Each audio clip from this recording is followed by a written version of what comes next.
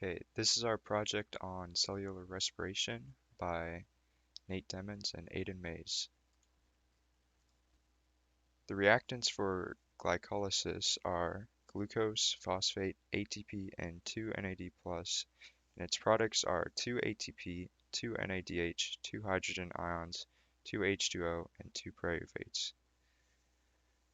Glucose, ADP, NAD+, react using phosphorylation in order to create 2 ATP, 2 NADH, and yield 2 H2O, which then reacts to create 2 pyruvate, which is C3H6O3. Glycolysis does not require oxygen, however it does need oxygen to move on to the Krebs cycle. The reactants in pyruvate oxidation are the pyruvate gained from glycolysis and a coenzyme group. The product is acetyl-CoA and NADH. Pyruvate oxidation causes the pyruvate molecule to lose a carbon dioxide molecule and gain a coenzyme group which creates acetyl-CoA. This occurs after glycolysis and before the Krebs cycle.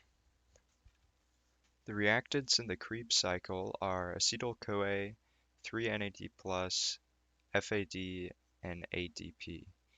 The products are 2 carbon dioxides, 3 NAD+, 3 hydrogen ions, pyruvate, and ATP. The Krebs cycle is aerobic, which means it does not use oxygen, but needs oxygen present in order to function. The acetyl-CoA comes from the pyruvates. This happens in pyruvate oxidation, which is when the pyruvate molecule loses a carbon dioxide molecule and gains an enzyme group. So acetyl-CoA and 3 NAD+, 1 FAD, 1 ADP, 1 phosphate group yields 2 CO2, 3 NADH, 3 hydrogen ions, 1 FADH, which is a pyruvate, and 1 ATP.